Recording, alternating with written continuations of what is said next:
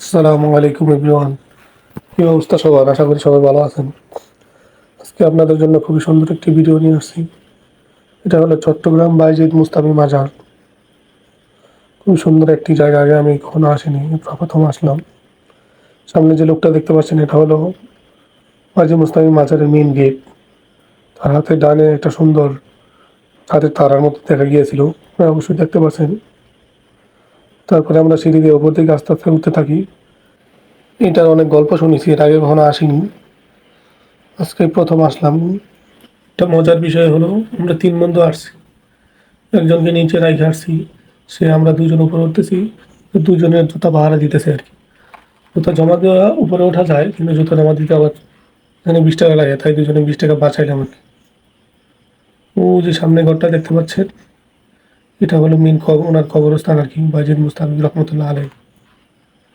তার ভিতরে সবাই গিয়ে জিয়ারত করে। একটু পরে দেখতে পারবেন ওনার কবরস্থানটা দেখাবো ভিতরে। ওটার সামনে গিয়ে সবাই জিয়ারত করে, কিন্তু আমরা ভিতরে ঢুকিনি। এই যে আপনারা দেখতে পাচ্ছেন, এটা ওনার কবরস্থানটা আর কি। কবরস্থানটা দেখার পর আমরা পিছন সাইডে গিয়েছি, মাজার শরীফের পিছন সাইডে।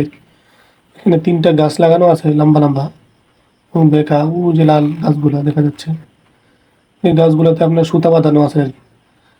এই সুতাগুলো হচ্ছে আপনার মেনলি যার যার মনের আশা বলে, এই সুতাগুলো বাঁধলে নাকি মনের আশা পূর্ণ হয় আর কি।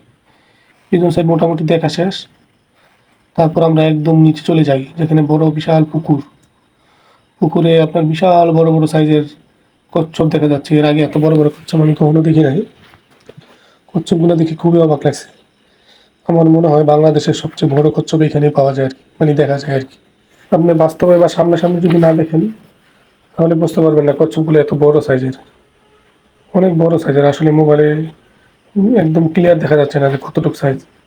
বাস্তবে আপনার মোবাইল থেকে প্রায় 3-4 গুণ বড় দেখা যাবে আর কি। 3-4 জন লোক কচ্ছপটাকে হাতাহাতি করতেছে। খুবই অবাক হইলাম এত বড় কচ্ছপ দেখে আমি, খুবই ভালো লাগলো। এইখানে যতগুলো কচ্ছপ আছে, সবচেয়ে বড় সাইজের কচ্ছপ হলো এটা। আরও অনেকগুলো কচ্ছপ আছে, সবগুলো বাইসা নেই, এটা বাইসা আছে শুধু, এটা সবচেয়ে বড়।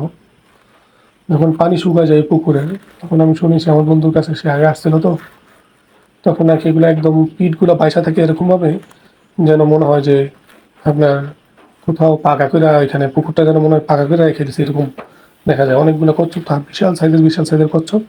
কচ্ছপগুলোকে আবার বিভিন্ন জনে বিভিন্ন খাবার খাওয়ায় আর কি, শখের বসে। কেউ রুটি নিয়ে আসে, বা রুটি। আমি আবার শুনেছি কেউ নাকি আবার কলা নিয়ে আসে, কলা অনেকে খাওয়ানো হয়। হয়তো বা আরও অনেক কিছু নিয়ে আসে খাওয়ানোর জন্য মানুষ। এটাও একটা শখ। এই ভিডিওটি যদি ভালো লাগে থাকে, অবশ্যই ভিডিওটিকে লাইক করবেন, শেয়ার করবেন, এবং আমার চ্যানেলটিকে সাবস্ক্রাইব করে পাশে থাকবেন। অনেক অনেক ধন্যবাদ। আসসালামু আলাইকুম ওয়া রাহমাতুল্লাহি ওয়া বারাকাতুহু।